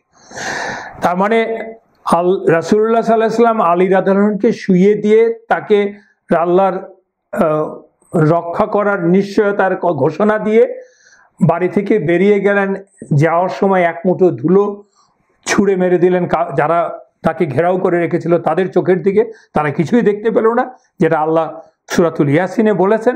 চলে গেলেন কোথায়? আমরা বলেছি আগেই যে আবু বকর রাদিয়াল্লাহু আনহুর ঘরের দিকে উনি রওনা দিলেন। তো যখন ভোর হলো তখন ওরা রাসূলুল্লাহ সাল্লাল্লাহু আলাইহি ওয়াসাল্লামের ঘরে ঢুকলেন, ঢুকে দেখলেন ওখানটায় তো শুয়ে আছে আলী রাদিয়াল্লাহু আনহু। জিজ্ঞেস করলেন where is your companion? উনি বললেন I don't know। এবং আরেক জায়গায় বর্ণনা করা আছে এবং উল্লেখ করা আছে ওই অবস্থায় কুরাইশরা এতটাই উদ্বিগ্ন হয়ে গেল এবং ক্রুদ্ধ হয়ে উঠলো, মানে তারা তো মানে they got basically frustrated, এখন কি করি, ওরা তো নিশ্চিত ব্যাপারটা সুরাহা করার জন্য 100% নিশ্চিত ছিল। ওদের এখন কথা হলো যে what do we do now? তো ওরা করলো কি, এমন একটা অবস্থা হয়ে গেল যে ওরা আলী রাদিয়াল্লাহু আনহুকে ধরে নিয়ে গেল কাবার সামনে এবং তাকে অনেক মারধর করলো সিভিয়ারলি, এবং ঘন্টাখানেক তাকে আটকে রেখে জিজ্ঞাসাবাদ করলো, এবং আলী রাদিয়াল্লাহু আনহু of course he didn't say anything. সেখান থেকে ব্যর্থ হয়ে আবু জাহেলের নেতৃত্বে তারা চলে গেল আবু বকর রাদিয়াল্লাহু আনহুর ঘরে, যে গিয়ে রাসূলুল্লাহ সাল্লাল্লাহু আলাইহি ওয়াসাল্লাম আর আবু বকর রাদিয়াল্লাহু আনহুকে তো পেল না, ওনারা তো আগেই চলে গেছেন বেরিয়ে। আসমা রাদিয়াল্লাহু আনহা এবং ঘরের মহিলাদেরকে পেলেন, আয়েশা রাদিয়াল্লাহু আনহা তাদেরকে পেলেন। আসমা রাদিয়াল্লাহু আনহাকে জিজ্ঞেস করলেন where is your father and রাসূলুল্লাহ সাল্লাল্লাহু আলাইহি ওয়াসাল্লাম, or where is your father, উনি তো কিছু বললেন না। তখন ক্রিমিনাল আবু জাহেল তাকে আঘাত করলেন, বলা হয় যে তার মুখে থাপ্পড় মারলেন এবং তাতে করে তার কানের দুল যেটা ছিল সেটা ভেঙে গেল। এবং এই অবস্থায় দেখে তারা যখন পুরোপুরি পাচ্ছেন না খুঁজে, তখন দে called or convened a very emergency meeting, এবং এই ইমার্জেন্সি মিটিংয়ে ওরা ঘোষণা করলো বাউন্টি ঘোষণা করলো রাসূলুল্লাহ সাল্লাল্লাহু আলাইহি ওয়াসাল্লাম এবং আবু বকর রাদিয়াল্লাহু আনহুর মাথার উপরে, ডেড অর অ্যালাইভ। কেউ বলছে 100 উট ঘোষণা করলো, 100 উট, কারণ ওইটা হইতেছে ব্লাড মানির একটা বিষয়, যে তাকে মৃত অথবা জীবিত অবস্থায় 100 উট ঘোষণা করলো। ব্লাড মানির কোয়ান্টিটি অ্যামাউন্টটা হচ্ছে 100 উট। আরেকটা বর্ণনা আছে 100, 200 উট দুইজনের মাথার উপরে, but what ever it is 100 উট ওইটা হচ্ছে কনফার্ম, যেটা বুখারীতে আসছে আর কি। এবং সেই সাথে শুধু বাউন্টি ঘোষণা করেই হলো না, ওরা ক্ষান্ত হয়নি, they hire special trackers or bounty hunters, more than one, এবং সেটা হায়ার করে তাদেরকে পাঠিয়ে দিল to find them out dead or alive, এই সভার আরো একটা বর্ণনা আছে, সেটা হচ্ছে ইবন আব্বাস রাদিয়াল্লাহু আনহু বলছেন, এই মিটিংটা সম্বন্ধে বলছেন, এই মিটিং এর সম্বন্ধে, যে এক রাতে কুরাইশ নেতারা মক্কায় এক সভায় মিলিত হলো এই বিষয়ে সিদ্ধান্ত নিতে। তারা কেউ বলল যখন সে জেগে উঠবে, মানে রাসূলুল্লাহ সাল্লাল্লাহু আলাইহি ওয়াসাল্লাম, তখন তাকে দড়ি দিয়ে শক্ত করে বেঁধে ফেলবো। অন্যরা বলল না, তাকে মেরে ফেলবো। অনেকে বলল তাকে মক্কা থেকে নির্বাসিত করে দেব। এবং আল্লাহ সুবহানাহু ওয়া তাআলা সবকিছু তাকে জানিয়ে দিলেন, রাসূলুল্লাহ সাল্লাল্লাহু আলাইহি ওয়াসাল্লামকে জানিয়ে দিলেন। তখন আলী রাদিয়াল্লাহু আনহু সেই রাতে রাসূলুল্লাহ সাল্লাল্লাহু আলাইহি ওয়াসাল্লামের নির্দেশে তার বিছানাতে থাকলেন এবং এই ফাঁকে রাসূলুল্লাহ সাল্লাল্লাহু আলাইহি ওয়াসাল্লাম মক্কা ছেড়ে বেরিয়ে গেলেন, এমন একটা বর্ণনা আছে। সকালে যখন কুরাইশরা ঘরে ঢুকে আলী রাদিয়াল্লাহু আনহুকে তার বিছানায় দেখে তাকে জিজ্ঞেস করলেন, হোয়ার ইজ ইয়োর কম্পেনিয়ন, মানে রাসূলুল্লাহ সাল্লাল্লাহু আলাইহি ওয়াসাল্লাম। আলী রাদিয়াল্লাহু আনহু বললেন, আই ডোন্ট নো। তখন তারা তাদের সাথে ট্র্যাকার ছিল, তারা ট্র্যাক করে আস্তে আস্তে eventually they went to the mountain Thawr, যেই পাহাড়ের থোর নামে, এই মাউন্টেনের নামেই ওই ওই গুহাটার নামও তাই থোর গুহাতে পর্যন্ত ওরা পৌঁছে গেল ট্র্যাকারের মাধ্যমে। কিন্তু পৌঁছে গেলে কি হবে, দে বিকেম কনফিউজড। কারণ হচ্ছে ওই গুহার সামনে যখন ওরা গেল, গুহার মুখটার মধ্যে মাকড়সার জাল দেখতে পেয়ে ওরা সবাই একজন একজনকে বলল যে যদি সেই গুহায় থাকতো, এই গুহায় মনে হয় কেউ নেই, যদি থাকতো তাহলে তার মাকড়সার জাল থাকতো না। So they came back. রাসূলুল্লাহ সাল্লাল্লাহু আলাইহি ওয়াসাল্লাম স্টেড দেয়ার ফর 3 days। এই হচ্ছে একটি বর্ণনা এসছে, যেটা বললাম মুসনাদ ইমাম আহমেদে আছে, যা বর্ণনা করেছেন ইবন আব্বাস রাদিয়াল্লাহু আনহু, আব্বাস রাদিয়াল্লাহু আনহুর ছেলে, বিখ্যাত সাহাবা। তো আমরা এদিক দিয়ে জানলাম কি যে রাসূলুল্লাহ সাল্লাল্লাহু আলাইহি ওয়াসাল্লাম তো গভীর রাতেই বেরিয়ে গেলেন, আলী রাদিয়াল্লাহু আনহুকে শুইয়ে দিয়ে বেরিয়ে গেলেন আবু বকর রাদিয়াল্লাহু আনহুর ঘরের দিকে। যে সেখান থেকে রাসূলুল্লাহ সাল্লাল্লাহু আলাইহি ওয়াসাল্লাম আবু বকর রাদিয়াল্লাহু আনহুকে নিয়ে গারে থোর, গার মানে হচ্ছে গুহা, গারে থোরের দিকে রওনা দিলেন। আর আমরা তো আগেই পড়েছি সব ধরনের প্রস্তুতি তো নেয়াই ছিল। এখন কথা হচ্ছে গারে থোর, আমরা এখন জানি এটা কোন দিকে। এটা দেখেন, এটা হচ্ছে মক্কা থেকে মদিনা যেদিকে তার উল্টো দিকে। মক্কা থেকে মদিনা হচ্ছে উত্তরে, আর গারে থোর হচ্ছে মক্কা থেকে দক্ষিণে। এবং এটা প্রায় 2.5-3 ঘন্টার একটা হাঁটা রাস্তা। এবং এই গুহাতে ওনারা 3 রাত অবস্থান করেছিলেন। নানান দিনের কথা এসছে, একটা মত হচ্ছে শুক্র, শনি, রবি, এই 3 রাত ওনারা ছিলেন। ইন দ্য 3rd ডে সেই আগের থেকে ঠিক করে রাখা কুরাইকিদ, যাকে 2টো উট দিয়ে দিয়েছিল গাইড হিসেবে, সে এসে তাদের সাথে জয়েন করেছে। জয়েন করার পরে ওনারা ওখান থেকে রওনা দিয়েছেন দ্য জার্নি টুয়ার্ডস মদিনা। এবং পুরো ব্যাপারটাই ওনারা করেছেন যাতে করে কুরাইশরা ওদেরকে অনুসরণ করতে না পারে, বা অনুসরণ করতে গেলে তাতে করে তাদেরকে বিভ্রান্ত করার জন্য। দেখেন, এই যে মক্কা থেকে মদিনায় যাওয়ার তখন যে প্রচলিত রাউট ছিল, সেটা কিন্তু এই উল্টা দিক দিয়ে ছিল না। সেটা মক্কা থেকে মদিনা হচ্ছে উত্তর দিকেই, মক্কা থেকে বেরিয়ে উত্তর দিকে যেত। কিন্তু ওনারা নিয়েছেন দক্ষিণ দিকের রাস্তা। মানে প্ল্যানটা ইজ ভেরি ক্লিয়ার। মানে রাসূলুল্লাহ সাল্লাল্লাহু আলাইহি ওয়াসাল্লাম এমন কোনো ফাঁক রাখেননি যা ওনার দ্বারা মানুষ হিসেবে সম্ভব। সকল ধরনের precautions, plan, he made a plan. The প্ল্যানের মধ্যে প্রত্যেকটা plan, how to do that, যাকে আমরা স্মার্ট প্ল্যান বলি প্রজেক্ট ম্যানেজমেন্টের ভাষায়, he did everything and he depended on আল্লাহ সুবহানাহু ওয়া তাআলা for the outcome, for the victory, for the success. And not only that, he made sincere dua to Allah subhanahu wa ta'ala for the success. Though he knows it is a command from Allah for the hijrah, and also he is a prophet, Allah is going to save him, protect him, but it doesn't matter. Because গায়েবের কথা, ভবিষ্যতের জানা না দেখা জিনিসের কথা তো উনি জানেন না, যেটা আল্লাহ কোরআনেও বলেছেন, ওনাকে বলতে বলেছে যে ওদেরকে বলো সবাইকে, আমি তো গায়েবের কথা জানি না। গায়েব মানে আনসিন। সো কি ঘটবে ভবিষ্যতে জানে না। This is the teaching of Rasulullah sallallahu alaihi wasallam. শুধু মৌখিক টিচিং না কোনো কিছু, উনি কাউকে কি করতে হবে সেটা বলেই খালাস না। He sallallahu alaihi wasallam did in his whole life all the steps he wanted us to follow. So to be a successful one, as an individual Muslim, as a ummah, we have to have smart planning and execution process in place. Otherwise, we will falter. There is no doubt about it. এই যে উনি উল্টো দিকের রাস্তা ধরলেন, রাস্তা ধরে কোথায় গেলেন আসলে? এই রাস্তাটা আসলে গিয়েছে সমুদ্রের পাড় দিয়ে, মানে জেদ্দা।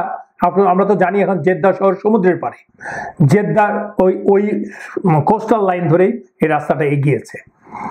এবং যেটা কিনা বর্তমানে মক্কা থেকে মদিনায় যাওয়ার রাস্তা কিন্তু এইটাই, স্পেশালি জেদ্দা থেকে মদিনায় যাওয়ার যে রাস্তাটা হচ্ছে এইটাই। এটাকে বলা হয়, এই রাস্তাটার নামও দিয়েছে, নাম রাখা হয়েছে তারিকুল হিজরা। তারিক মানে হচ্ছে রাস্তা, রোড। তারিকুল হিজরা, হিজরার রাস্তা। মানে রাসূলুল্লাহ সাল্লাল্লাহু আলাইহি সাল্লাম যেইটাকে হিজরতের জন্য যে রাস্তা নির্ণয় করেছিলেন, টু অ্যাভয়েড দ্য কুরাইশ ক্রিমিনালস, এবং আল্লাহরই হুকুম বর্তমানে এই স্যাটেলাইটের যুগেও this is the best route from Mecca to Medina. This is the miracle. এটা সাটল মনে হতে পারে, but we try to understand.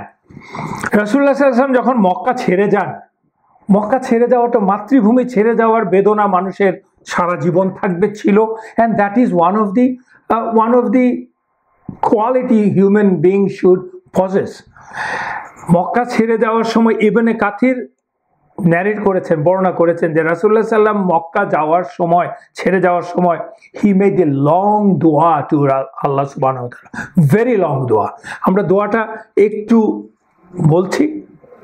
রাসূলুল্লাহ সাল্লাল্লাহু আলাইহি ওয়াসাল্লাম বলছেন, অবশ্যই আরবি দোয়াটাও ইজ এ সম্পূর্ণ দোয়া, বাট যেহেতু আমাদের ভাষার সীমাবদ্ধতা আছে, I am giving you a translation ইনশাআল্লাহ। রাসূলুল্লাহ সাল্লাল্লাহু আলাইহি ওয়াসাল্লাম মক্কা ছেড়ে যাওয়ার সময় বলছেন আলহামদুলিল্লাহ। দোয়া করার এটিকেট দেখেন, প্রথমেই আল্লাহর প্রশংসা। আলহামদুলিল্লাহ, আমাকে যিনি সৃষ্টি করেছেন, যার পূর্বে আমি কিছুই ছিলাম না, তার নামে। ও আল্লাহ, আমাকে সাহায্য করো পৃথিবীর এই আতঙ্কগ্রস্ত সময় থেকে, এই ভয়ঙ্কর সময় থেকে আমাকে সাহায্য করো, এবং এই দিন রাতের কষ্ট থেকে, দুঃখ থেকে আমাকে সাহায্য করো। ও আল্লাহ, আপনি আমার সফরের সঙ্গী হন, আমার পরিবারের সহায় হন। Bless me and which you have provided me. আমাকে যা দিয়েছেন এবং আমাকে যা দিয়েছেন তাতে বারাকা দিন। Make me humble to you. O Allah, make me upright in character. O Allah, make me beloved to you. O Allah, আমাকে পরনির্ভরশীল করবেন না। ইয়া আল্লাহ, ও দুর্বলের প্রভু, master of the weak and my master, I seek refuge to your নূর। আমি আপনার নূরের আশ্রয় চাই, যা এই নূরের আলোকে সৃষ্টি জগৎ আলোকিত, এবং সকল অন্ধকার এই নূর দূর করে। এই নূর, আমি আপনার আশ্রয় চাই আপনার রাগ এবং ক্রোধ থেকে। আমি আপনার আশ্রয় চাই আপনার অনুগ্রহ বঞ্চিত হওয়া থেকে। আপনি আমায় যে সুস্বাস্থ্য দিয়েছেন তা হারানো থেকে আমি আপনার আশ্রয় চাই। আপনার সকল বিরাগ এবং ক্রোধ থেকে আমি আশ্রয় চাই। আপনাকে খুশি করার সর্বোচ্চ প্রচেষ্টা আমাকে সাধ্যমতো করার তৌফিক দান করুন। লা হাওলা ওয়ালা কুওয়াতা ইল্লা বিল্লাহ। There is no might but the might of Allah, except the might of Allah. দোয়াটা তো দেখেছেন, আল্লাহর কাছে সমর্পণ করা, নিজের উইকনেস সম্বন্ধে বলা, তার আল্লাহর আশ্রয় চাওয়া, আল্লাহর শ্রেষ্ঠত্ব ঘোষণা করা, নিজের অসহায়ত্ব ঘোষণা করা, নিজের ভুল ত্রুটি থেকে আল্লাহর কাছে ক্ষমা চাওয়া, আল্লাহর আশ্রয় চাওয়া, আল্লাহ যাতে বিরাগ ভাজন না হয় সেটা চাওয়া। দ্যাট ইজ দ্য ওয়ে রাসূলুল্লাহ সাল্লাল্লাহু আলাইহি ওয়াসাল্লাম submitted to Allah just before living Mecca. এবং ইমাম তিরমিজির রিপোর্টে আছে, বর্ণনা আছে, ইমাম তিরমিজি রাহিমাহুল্লাহর রিপোর্টে আছে, যখন নাকি রাসূলুল্লাহ সাল্লাল্লাহু আলাইহি ওয়াসাল্লাম ওয়াজ অ্যাবাউট টু লিভ হাজওয়ারা, আল হাজওয়ারা, it is a market place of Mecca. যখন উনি বেরিয়ে যাচ্ছেন তখন ওই মার্কেট প্লেসের সামনে যখন আসলেন আল হাজওয়ারা, সেটা যখন ক্রস করছেন তখন ফাইনালি রাসূলুল্লাহ সাল্লাল্লাহু আলাইহি সাল্লাম আবার দোয়া আল্লাহর কাছে বলছেন, স্বগতোক্তি যাকে বলে, স্বগতোক্তি করছেন। সেটা হচ্ছে তিনি বলছেন বাই আল্লাহ ওয়াল্লাহি, আল্লাহর কসম, মক্কাকে বলছেন নিশ্চয়ই তুমি আল্লাহর দুনিয়ায় সবচেয়ে বরকতময় ভূমি। মক্কাকে বলছেন আল্লাহর কসম, নিশ্চয়ই তুমি আল্লাহর দুনিয়ায় সবচেয়ে ব্লেসেড ল্যান্ড, বরকতময় ভূমি, এবং আল্লাহর কাছে সবচেয়ে প্রিয় ভূমি, আমার কাছেও সবচেয়ে প্রিয় ভূমি।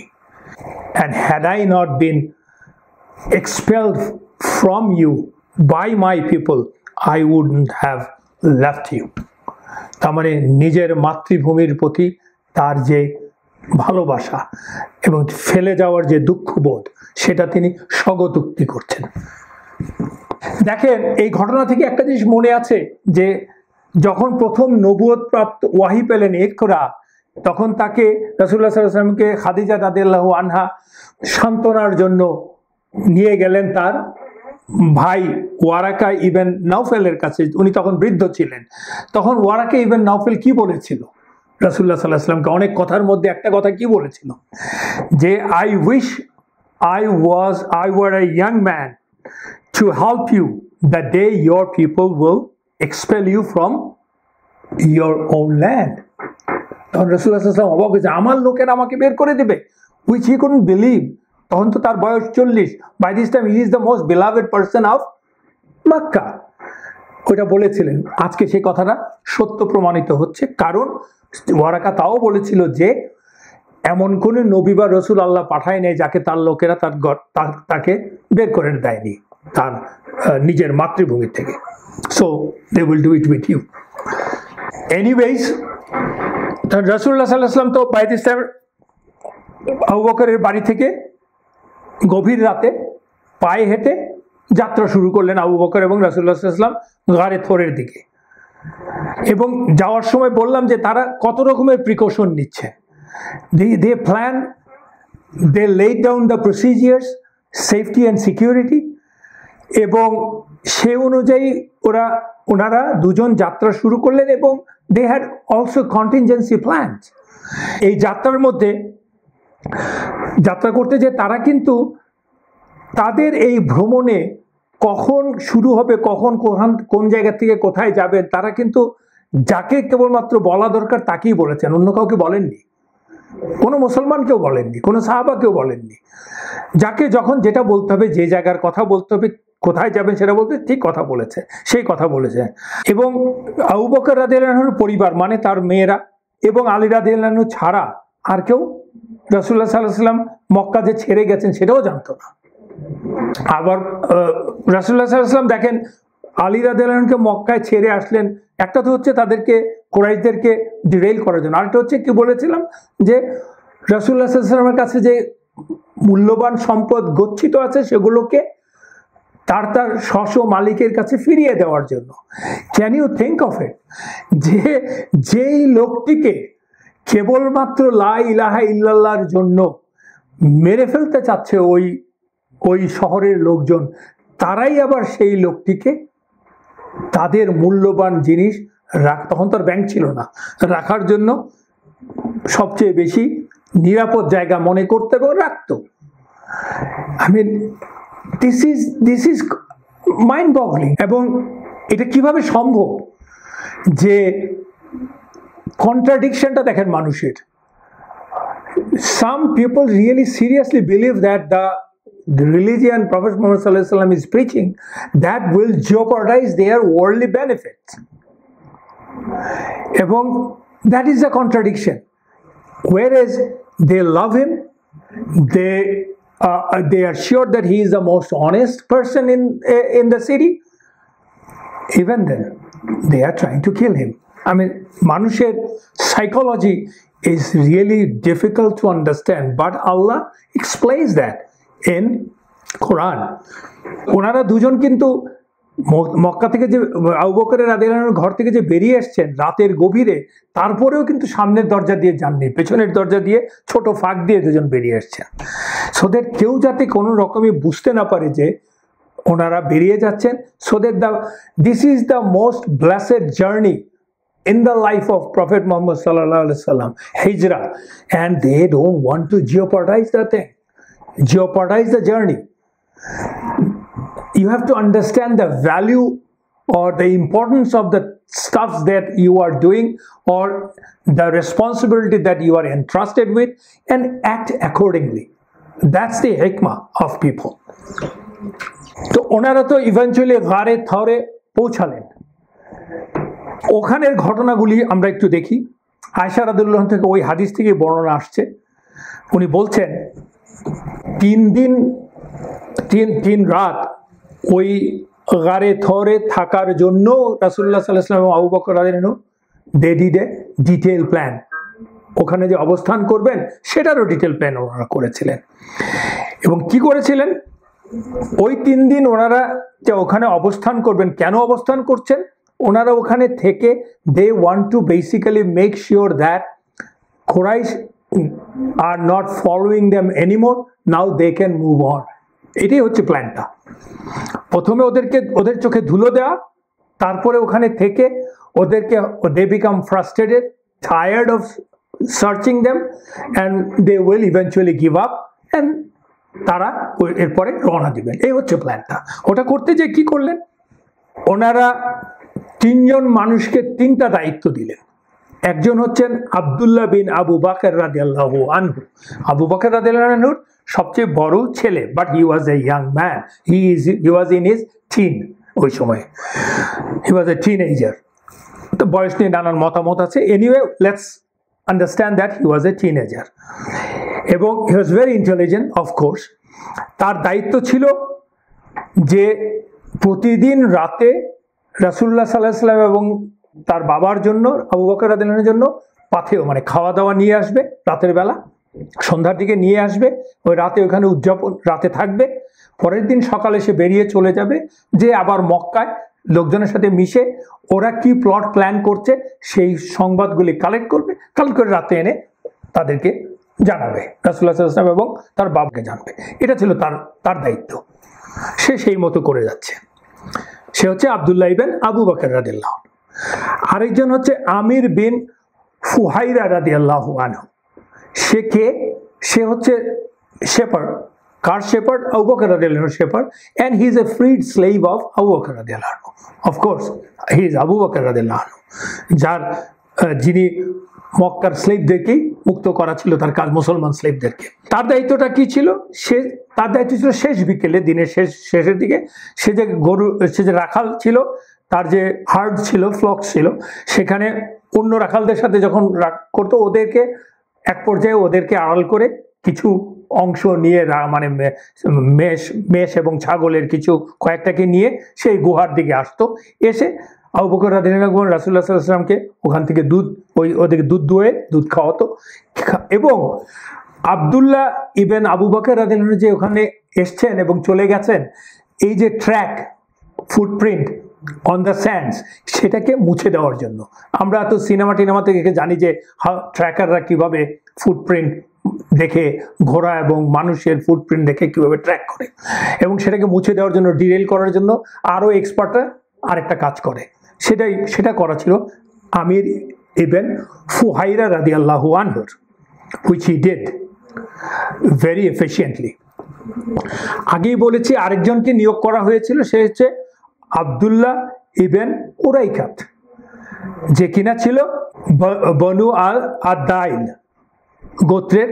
সে ছিল গাইড, তাকে গাইড হিসাবে আগের থেকে নিয়োগ করেছিল। সে থার্ড ডেতে এসে তাদের সাথে মিলিত হবে ওই 2টো উট নিয়ে, এবং তারপর সেখান থেকে যাত্রা করবে মদিনায়। But he was not a Muslim, he was এ মুশরিক। এবং তার উপরে ঠিকই কনফিডেন্স রেখেছিলেন আবু বকর রাদিয়াল্লাহু আনহু, তাকে ঠিক রেখেছিলেন বিকজ আবু বকর রাদিয়াল্লাহু আনহু হ্যাড দ্যাট ইনফরমেশন, হিকমা, নলেজ, এবং সে অনুযায়ী সেটা করেছেন। Doesn't matter what religion you have, if people don't come against you just because of your religion and wanna do harm, then you can trust them. And on top of everything, use the expertise of the people. মানে you go to the right person for the right thing. সে ছিল একজন expert tracker, expert guide, so তাকে তার সাহায্য এই কাজে নিতে হবে.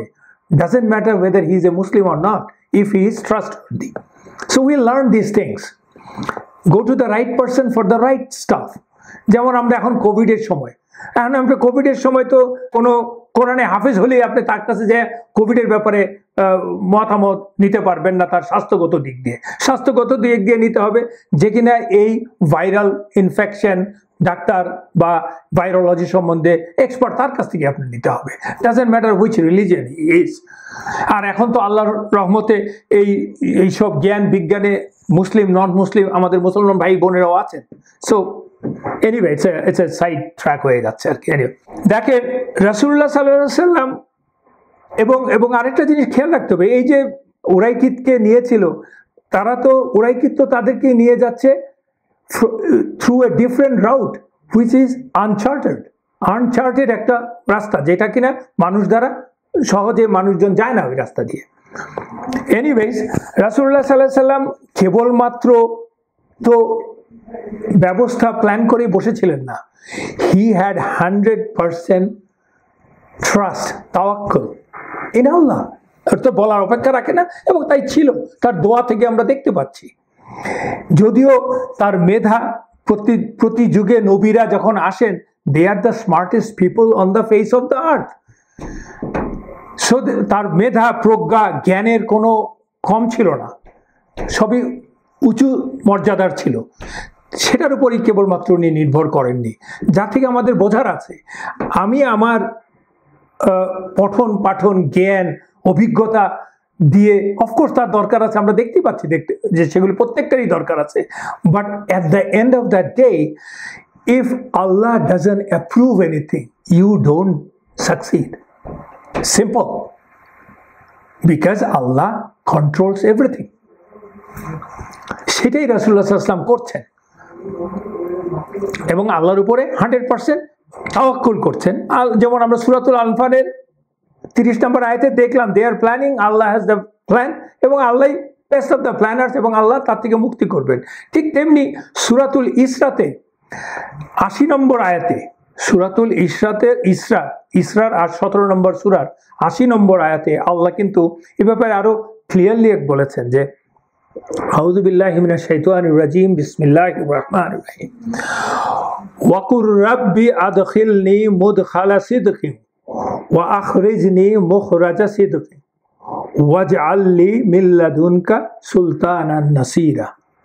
আল্লাহ রাসূলুল্লাহ সাল্লাল্লাহু আলাইহি ওয়াসাল্লামকে বলছেন, বলো, ও মাই রব, আমার লর্ড, আমাকে মদিনাতে প্রবেশ করান সুস্থভাবে, উত্তমভাবে, এবং মক্কা থেকে বের করে নিয়ে আসুন উত্তমভাবে, এবং আমাকে আপনি সাপোর্ট করুন from yourself, specially from yourself. উনি জানেন যে আল্লাহ বলছেন যে এই দোয়াটা করতে হবে, মানে আল্লাহর কাছ থেকে যদি কিনা হাইয়েস্ট সাপোর্ট আমি না পাই, তাহলে doesn't matter what I do, but that doesn't say that I shouldn't do what I am suppose to do. এই কথাটাই বলতে চাচ্ছি। এই আয়াতটা কিন্তু বিখ্যাত আয়াত সূরাতুল ইসরাতে, একটা প্যারাগ্রাফের থেকে একটা বিখ্যাত আয়াত, এটা 80 নম্বর আয়াত। আবু বকর রাদিয়াল্লাহু আনহু এর একটা বিশদ বর্ণনা দিচ্ছেন, সেটা বুখারী এবং মুসলিম দুই জায়গাতেই আছে। এবং আনাস ইবনে মালিক রাদিয়াল্লাহু আনহু বলছেন যে আবু বকর রাদিয়াল্লাহু আনহু বর্ণনা করছেন। কি বিষয়টা আমরা শুনি। এই যে গারে থোর সম্বন্ধে, গারে থোর থেকে আর কি, গারে থোরের মনে হয় আমরা হজ করতে গেলে অনেকেই গারে থোর দেখতে যায়। এখন গেলে দেখবেন যে একটু ওয়াইড, বেশ বড়। আসলে 1500 বছর ধরে তো মানুষজন পদচারণা করছে, 1400 বছর ধরে।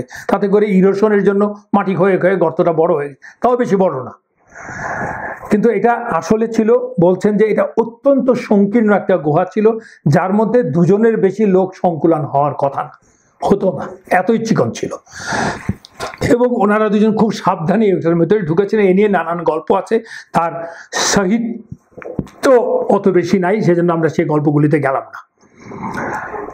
আবু বকর রাদিয়াল্লাহু আনহু বলছেন যে with the help of the professional scouts eventually কুরাইশ reach to the mouth of the cave. থর গুহার মুখের মধ্যে পৌঁছালো কুরাইশরা।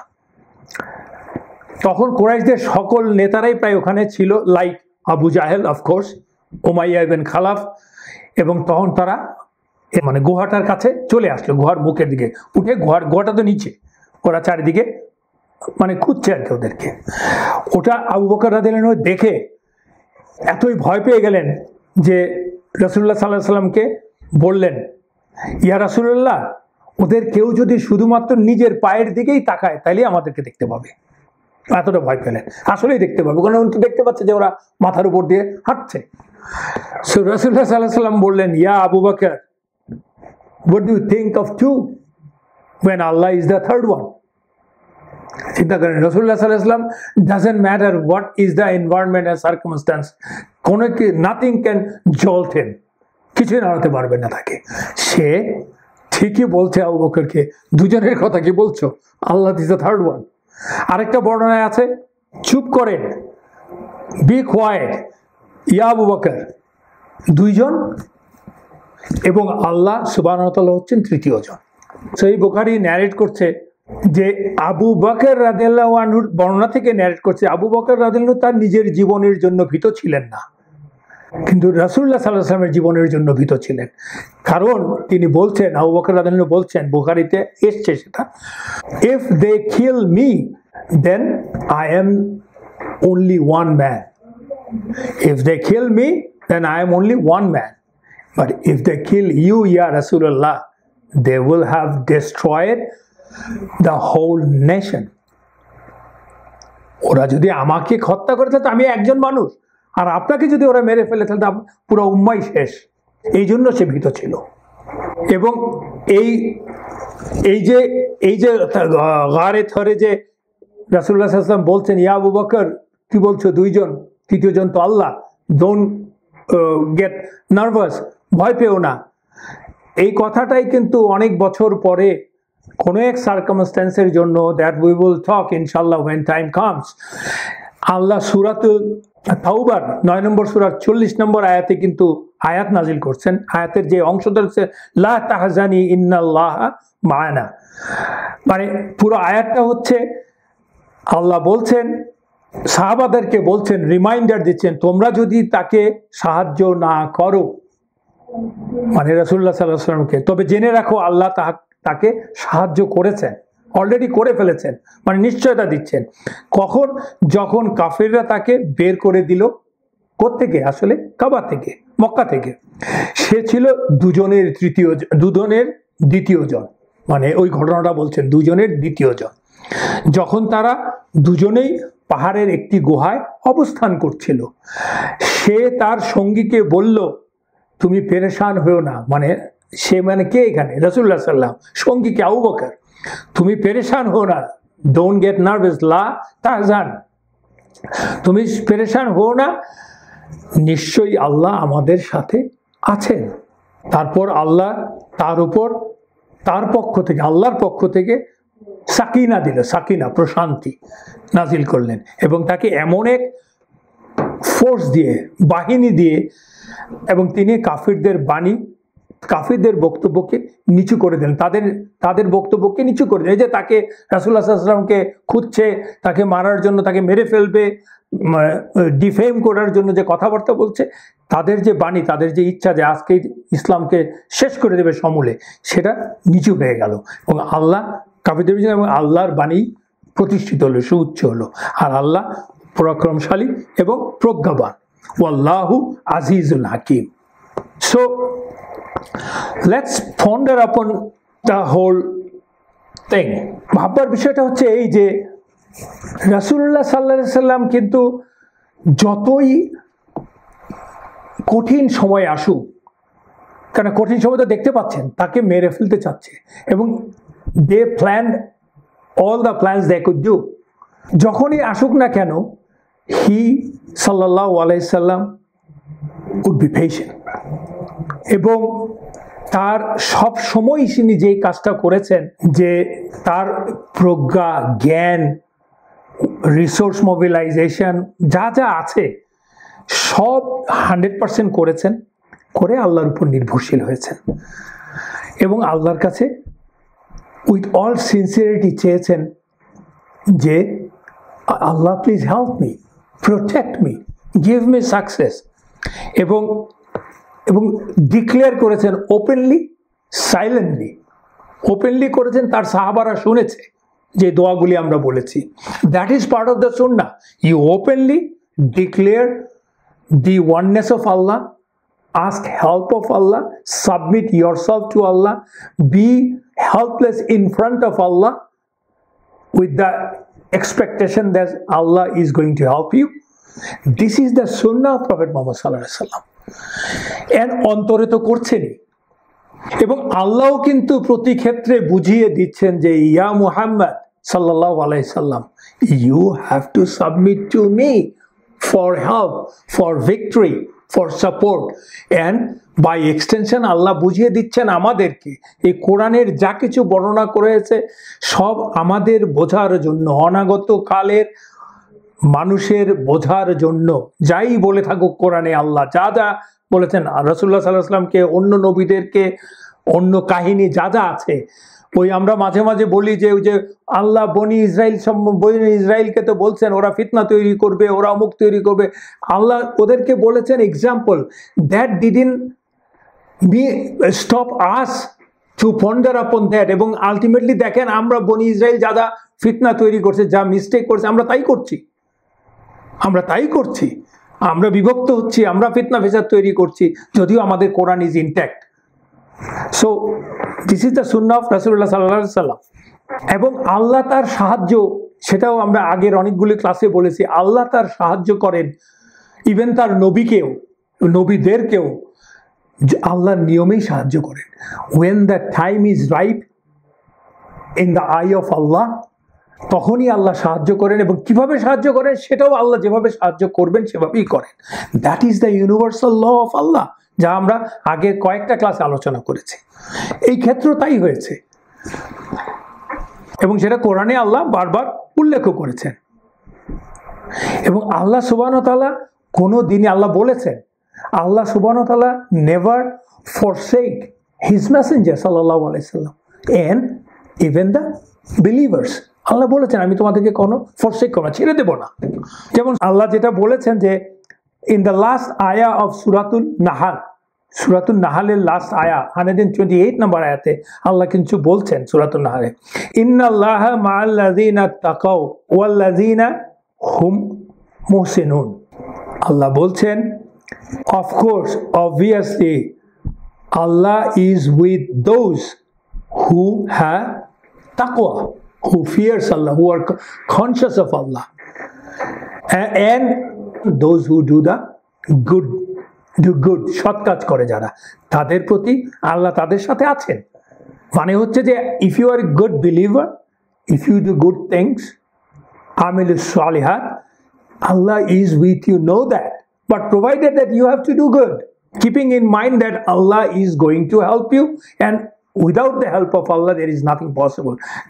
I mean যেটা আমরা আধুনিক মানুষজন ভাবি আর কি, I am smart, so it's my achievement, it's a denying, যেটা নাকি ফেরাউন নিজেই করেছিল, ফেরাউন করেছিল।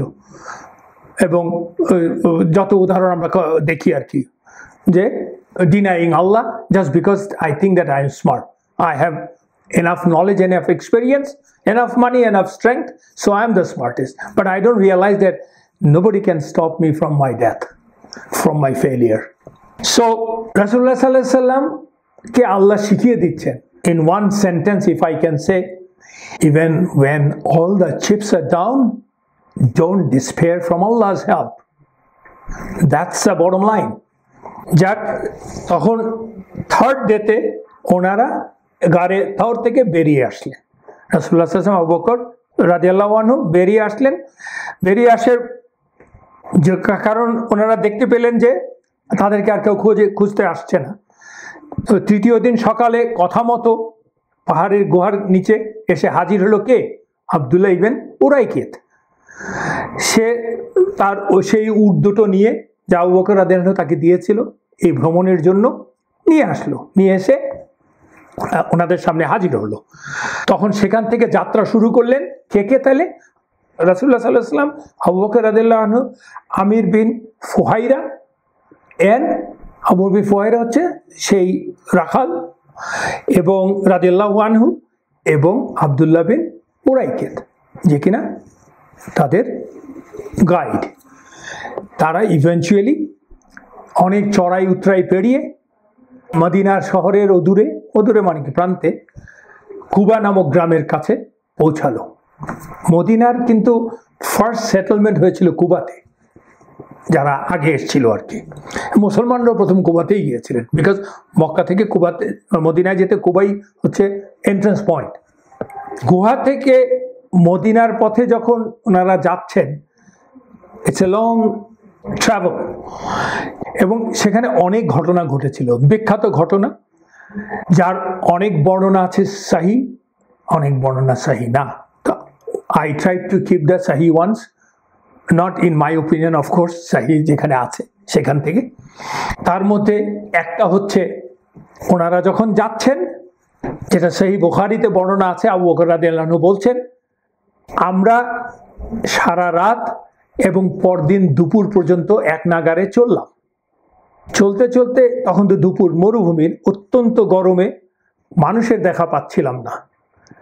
তখন আমরা কিছু দূরে একটা উঁচু, মানে মনে করেন যে শিলাখণ্ড আর কি, পাথরের টুকরোর মতো উঁচু লম্বা পাথরের টুকরো জমে আছে মাটিতে, দাঁড়িয়ে আছে দেখতে পেলাম, যার জন্য ছায়া হচ্ছে। আমরা ঠান্ডার আশায় ওই ছায়ার দিকে রওনা দিলাম এবং ওখানে বিশ্রাম নেব ওই সিদ্ধান্ত নিলাম। দুপুর হয়ে গেছে। ওখানে যে আমরা আমাদের যার যার বাহন থেকে নামলাম, এবং আমি একটা পশুর চামড়া, কিছু খড় বিছিয়ে দিয়ে, গরু যেই পশুগুলি নিয়ে এসছে সেইটার খড়গুলো নিয়ে বিছিয়ে দিয়ে তার উপর একটা পশুর চামড়া বিছিয়ে একটা বিছানা মতো করে দিলাম, যেখানে রাসূলুল্লাহ সাল্লাল্লাহু আলাইহি ওয়াসাল্লাম শুতে পারবেন।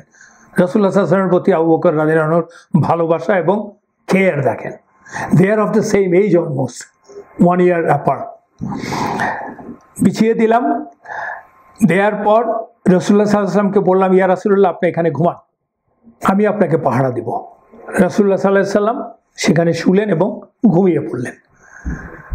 রাসূলুল্লাহ সাল্লাল্লাহু আলাইহি ওয়াসাল্লাম কিন্তু ঘুমিয়ে পড়লেন, বিকজ রাসূলুল্লাহ সাল্লাল্লাহু আলাইহি ওয়াসাল্লাম doesn't have that worry that Abu Bakr radhiyallahu anhu had, because Prophet of Allah, he knows, and definitely Abu Bakr radhiyallahu anhu চেয়ে তো অনেক অনেক গুণ তাওয়াক্কুল তার। তখন আবু বকর বলছেন যে ওই সময়ে হঠাৎ একজন মেষপালককে দেখলাম দূর থেকে, সে আমাদের এই ছায়ার জন্যই আসছে আর কি। সেও দূরের থেকে ছায়া দেখতে পেয়েছে, সেটার জন্য আসছে, ছায়াতে বিশ্রাম নেওয়ার জন্য। আসার পরে আমি তাকে জিজ্ঞেস করলাম কোত্থেকে এসছো, সে তার পরিচয় দিল। আমি তাকে বললাম, তোমার ভেড়া কি দুধ দেয়? সে বলল হ্যাঁ।